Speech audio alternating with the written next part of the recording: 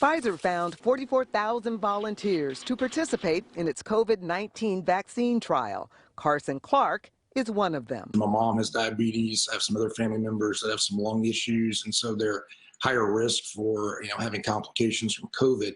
So I just decided that, I'm in good health, so I could do this. He got his first shot in early September, his second vaccination 3 weeks later. They first tested me for COVID just to make sure I didn't already have it. Testing negative for the virus, he became a human guinea pig. The day that I got the shot, my arm got pretty sore. And then the next day when I woke up, I just had some kind of general fatigue. He says he wasn't alarmed by it because he was given this list of side effects to expect, which include tiredness, chills, loss of appetite, muscle aches, and sweating. And it only lasted that one day, and then it was gone the next day after that. Infectious disease Dr. Peter Chen Hong says 25 to 50% of the 75,000 patients involved in the Pfizer-Moderna trials experienced some side effects. 15% of those more serious and took more than a day to recover. It's your body's immune system trying to get activated because it's seeing this new thing.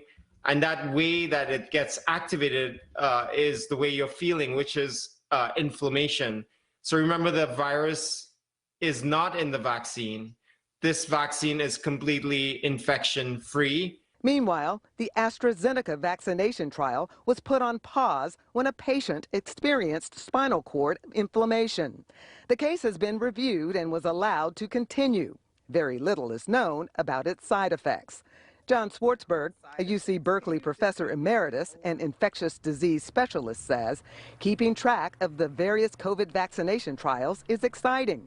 And when it comes to side effects, they usually occur within 6 weeks of being vaccinated. So I'm going to be pretty confident that if we haven't seen anything in 6 weeks, the chances of something really significant happening after that are minuscule. Even though Clark suffered only a sore arm and a headache, he wanted to know if he got the actual vaccine or a placebo. I got the antibody test, and it came back that I do have COVID antibodies now, which leads me to believe that I got the real thing. I think all of us are ready for this pandemic to be behind us, and I don't think that's going to happen without a vaccine. He says he's proud to be a part of the process. Cheryl Hurd, NBC Bay Area News.